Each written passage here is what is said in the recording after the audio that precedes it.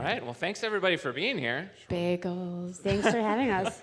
How have you been enjoying your time in Austin? I haven't had any barbecue, and I feel very depressed. All he's asking for is when are we going to get barbecue? That's right.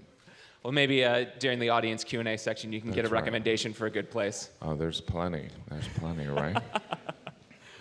So why don't we start just talking about the episode that we just watched. That is, as the on-screen title says, and as the Gawker article that came up at the end of the episode proved, based on a true story, correct? Yeah. It was a tweet that I did where I didn't run it by Jeannie. And it was a tweet where I was very guilty of. The tweet is pretty inappropriate, but It was just basically very innocent because I got my nails done after not getting them done for a really long time, and all I could talk about was how happy I was. I was like, oh, I finally got my nails done. It feels so good and all this stuff. And I'm like, Jim, did you notice I got my nails done? He's like, no, I didn't notice at all. And then unbeknownst to me, he did this tweet about no men notice that women get their nails done in a very general way. And when I saw it, I was like, that could be misinterpreted. And then, of course, it was. And then Jim was just lambasted on Twitter. And then, people started writing about it. What was it retweeted? How many retweets did it get? Yeah, it was, I think 800? Tumblr, it really took off on Tumblr for some reason. That's where the nail community is very strong. And it was awkward because I look at the tweet and I realize that I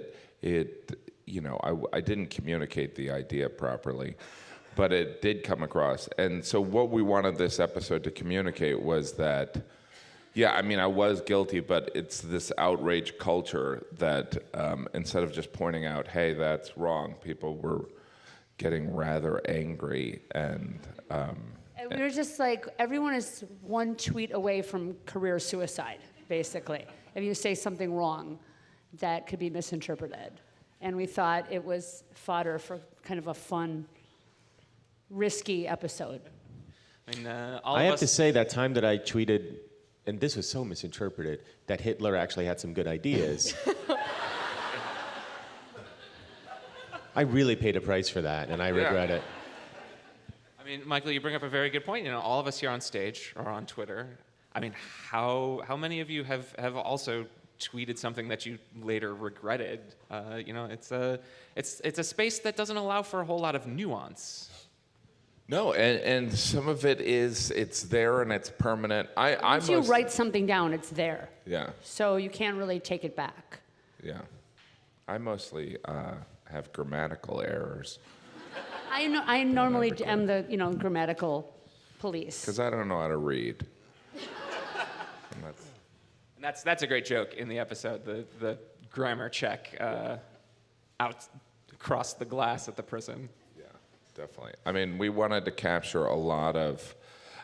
Jeannie and I we watched every episode of Law and Order, so we knew we loved the courtroom thing. The courtroom thing. We wanted to do a courtroom episode. And it plays into, a lot of this season is my victimization complex. And we wanted to go into paranoid fears that I have surrounding, an example, this tweet, and we do it with other episodes this year. Yeah, I think that this season we're really going deeper into the characters, the different characters on the show, and we're going deeper into the psychological workings of Jim Gaffigan and kind of what made Jim, and a lot of things that people can probably relate to a lot about things from the childhood, things about marriage, things about relationships, things about your family, things about your parents, and food. Why? And then, of course, there's the food why part. I eat so much. And maybe where that comes from, where addictions come from, obsessions. And we took a lot of risks, and we had a lot of fun writing these episodes and making these episodes really interesting to watch, we hope, for you. Ashley, Michael, did you guys have anything you wanted to add about Twitter? I'm not on it. I've never been on it, so I don't really. It's not true. I don't really know much about it. We were just talking about that this morning, weren't we? I mean, it's your hobby. It's your number one hobby, right? Well, you were just talking about addictions. It's my addiction. Yeah. That and cocaine. This is an episode with a lot of great guest stars, a lot of little surprise cameos, and also a Bruce Springsteen song at the top. How did you secure the Springsteen song? Well, I'm good friends with Bruce Springsteen. No, when we wrote it, we had, Dead Man Walking, I love that song. And it was in the script, but we had never had an expectation that we would be able to get it or afford it. And we essentially did our home music It's like budget. kind of like when you cut a song into something, just be like, something like this would be great. Then you just get it, it's just like nothing else will work after that. And we really wanted to start this episode like a drama. Like I think that we all love like the sort of the prison drama, and we started with a lot of iconic shots of the prison and sounds and Jim in the jumpsuit and walking down the hall, and everyone's kind of going like, what? Oh, thank you. Oh, I thought it was me. Oh, no, it's me. I got it. So I normally throw bottles of water at Ashley, so she's going to be back. So, and just sort of, we kind of love the dramas. Like this is kind of the age of television dramas, right? So we wanted to do a little nod to that, and Jim's long walk down the hallway and what's happening, and that song just kind of really fit. And the pale horse coming. Yeah. Pale. It's the first line is a pale horse is coming. Yeah. We're like, okay, But wait, how are we going to beat that? How did you get the song? We paid a lot of money. When I say, how did you get the song, my question is, how much money did you pay for the song? We want the number. $1 billion. Worth it. It was just Worth $1 billion. every penny. Like we blew the whole music budget for the whole season. So hope you guys don't want to hear any more music. No, we negotiated it, and like everything else, and the post-production part of it, it was just part of another challenge to make the show great. Yeah, and I feel like this episode and even the song, we've encountered, Jeannie and I have been in this process for a couple of years now, and every step of the way, we're kind of trying to get away from these typical television standards. Like, you shouldn't spend that, you shouldn't have Bruce Springsteen in this. You shouldn't use this song here. You shouldn't do a trial episode when you've only done 12 episodes. You shouldn't do. So we're trying to. Well, and also it's risky because it's like if this is the first episode people have seen, it has to stand by itself because it's obviously much better if you know who the Daniel character is and who the Jeannie Gaffigan character is, and like the reference about the Bible, and there's references that and the Dave character, what is he like, the misogynist comedian guy? But I feel like you kind of figure it out as you go. We have to trust that our audience is smart. Like we don't have to repeat the pilot every episode in season 2. So I just think it's about trusting the audience, trusting that our audience is probably audience that understands Jim Gaffigan's comedy, which is very much like this. So it's kind of what we know. So it's going out there a little bit and taking the episode out of the world of the apartment and the normal setup. And I think that there's a lot of great comedies out there, and there's actually a lot of great comedies about comedians and their autobiographical kind of style. But, it's kind of like, what can we do differently than that? How can we be different than the other ones? So. And I just have to say that, like, originally the show was at CBS. That's where we did actually did 2 pilots there.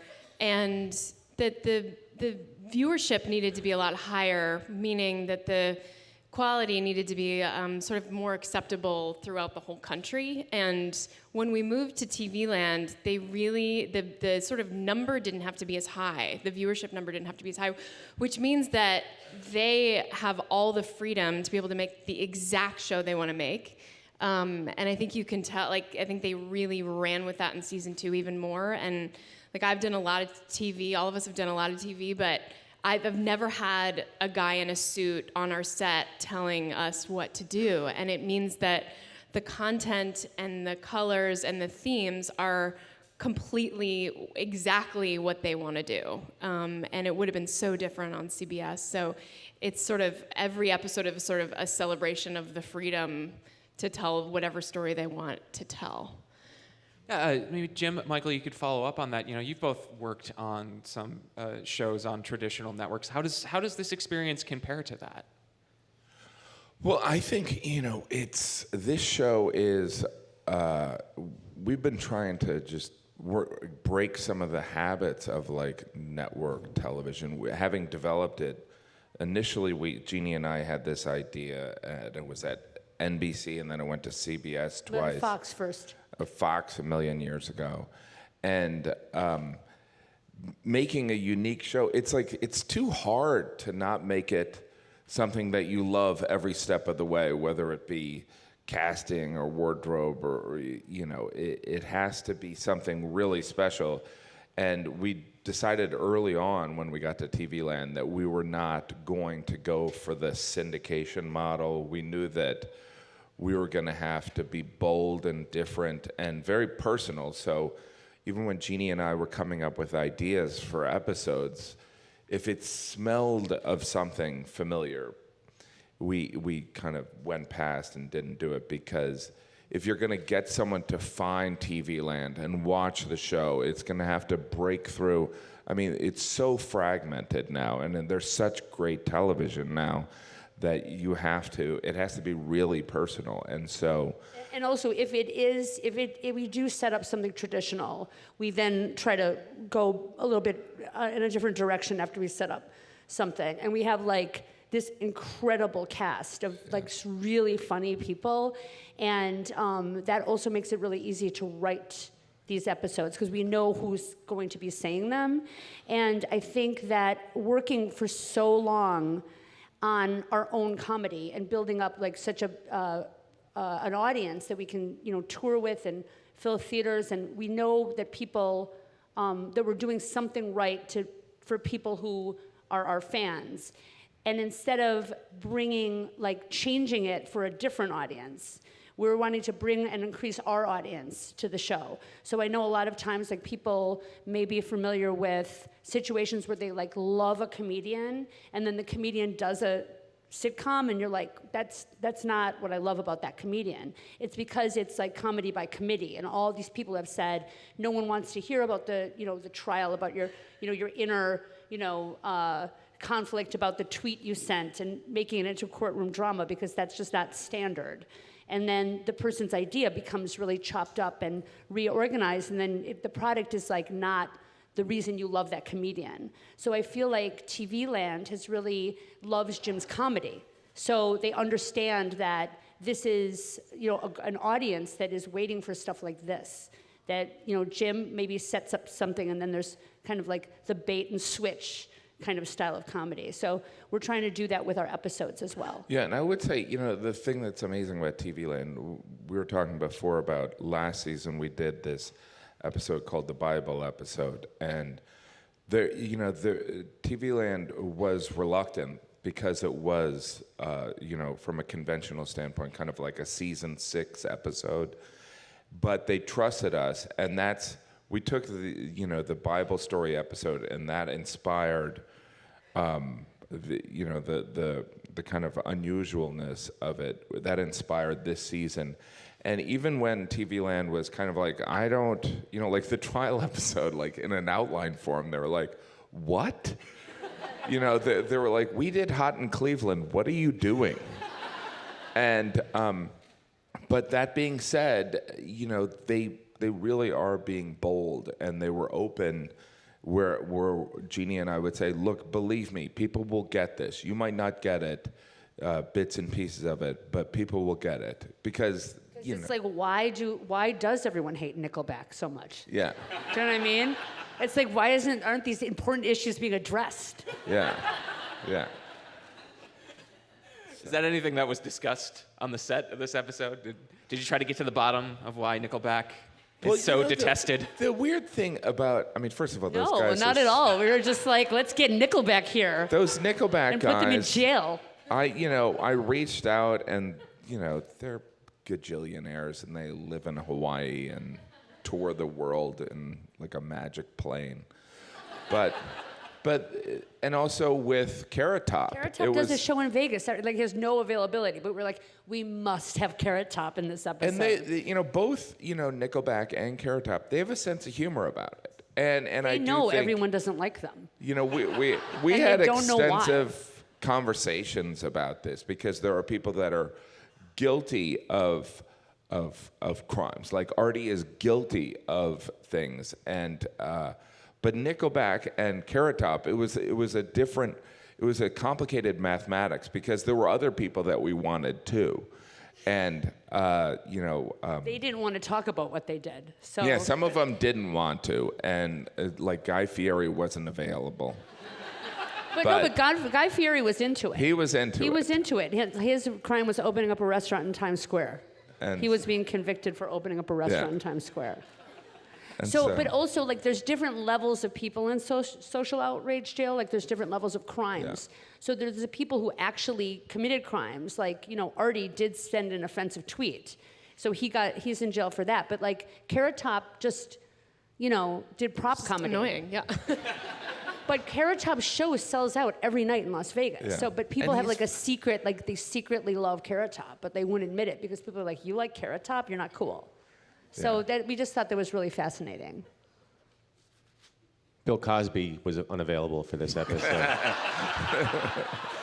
Yeah, like who's in maximum security, like Hannibal Lecter? Well, look, social outrage jail? Bring it up, do we? everyone that's in social outrage jail in real life, we discussed, and it was. And we refer to them kind of the episode. Like Yeah. we kind of put it out there, like when the lawyer's questioning Jim about what he could have possibly done. Yeah. We do talk about, things that are kind of serious, like the shooting the lion, big deal. Like there's big deal crimes that you do. And then there's also people who announced the wrong Miss Universe, and they were in social outrage jail. Yeah. So we do refer to a lot of these sort of things that kind of, go crazy on Twitter and. And we wanted to find a balance because we didn't want the episode to have the I'm tired of the politically correct garbage. Yeah, I it's just, not. I just want it's to not say my hateful anti-politically things. correct. We didn't want that to mess. It's more complicated than just being like, isn't it silly that we're being politically incorrect? It's like it's much more complicated than that. It was about the mob mentality, how we decide that we don't like someone, and then we just run with it. And then 10 years later, we're like, why are we mad at Anne Hathaway again?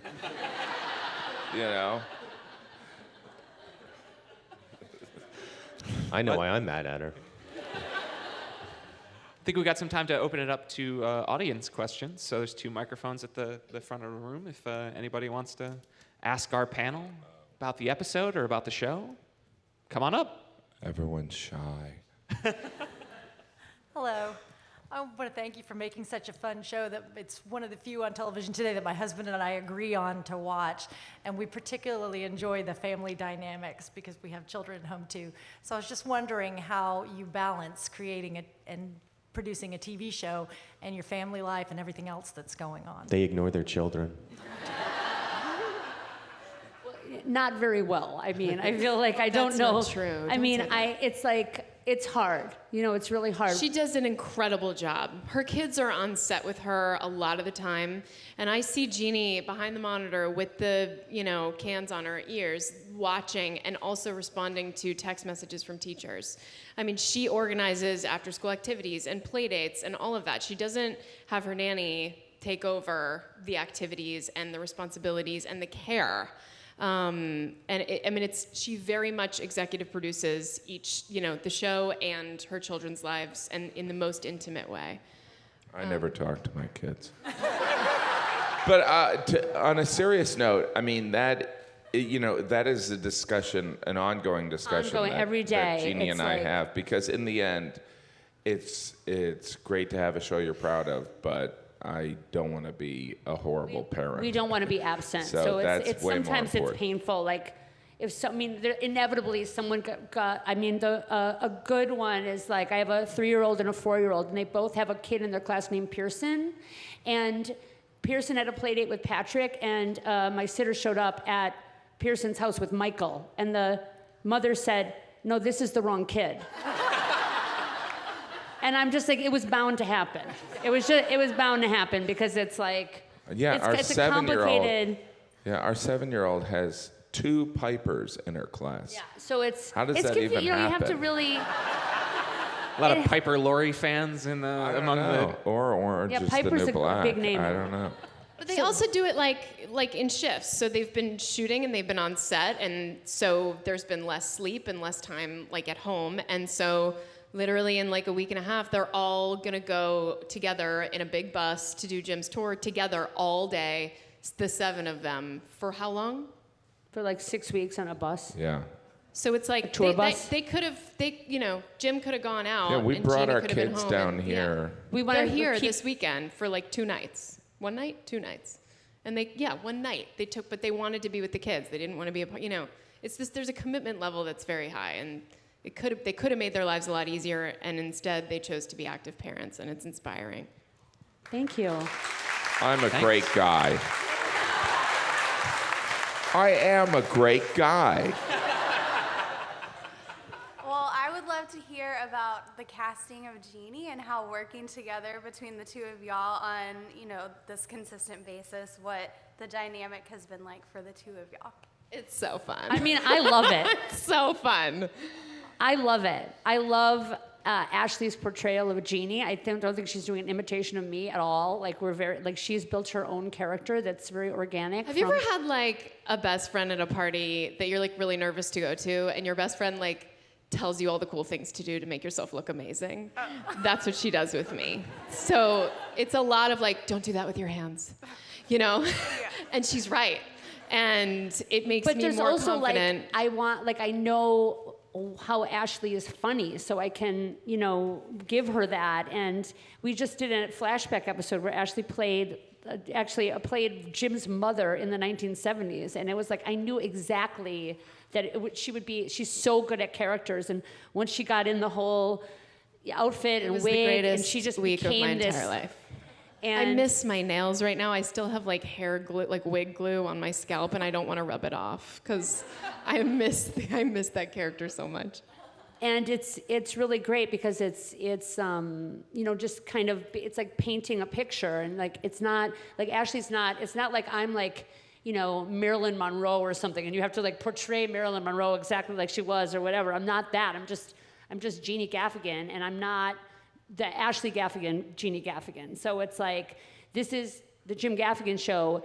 She plays his wife, the mother of 5 kids. It's based on our lives, but it's her character. She built that character. Right, and it's like all of the sort of characteristics are a little bit inflated, right? Like a little bit exaggerated. Right. So it's I'm not being her. Yeah, and Jim actually eats a little bit more on the show than he eats in real life. A little It's bit. like that kind of thing. I do all my food stunts. He does his own food stunts though. Does his own.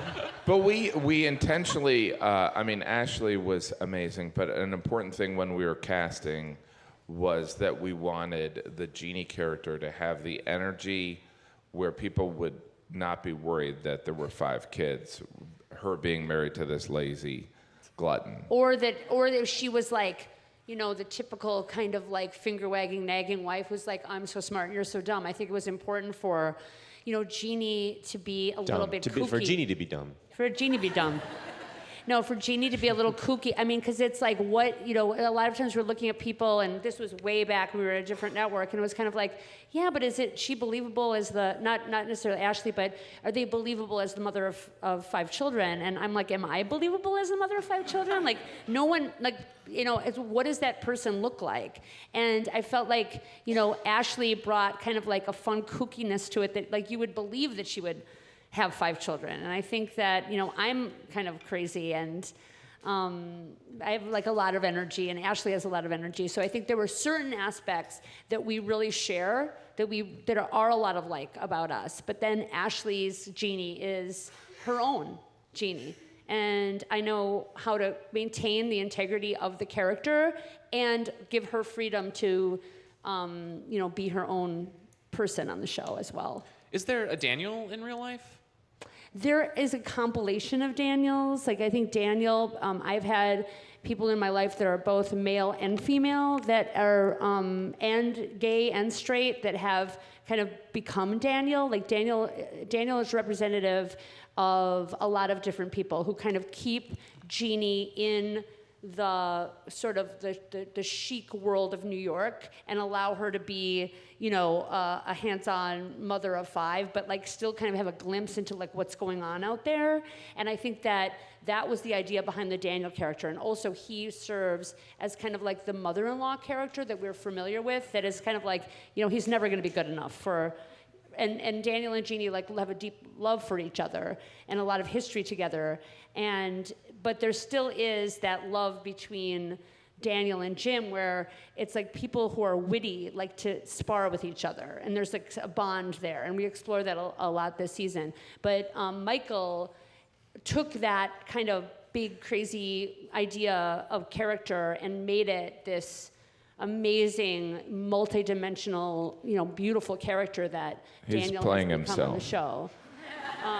I mean, Michael. I've known Michael for 20 years, and the Daniel that he created is because Daniel was kind of inspired by their partner or wife or husband has this friend that, as Jeannie pointed out, is similar to the mother-in-law, where they're not good enough, but also just does everything better, and so that's what Daniel does.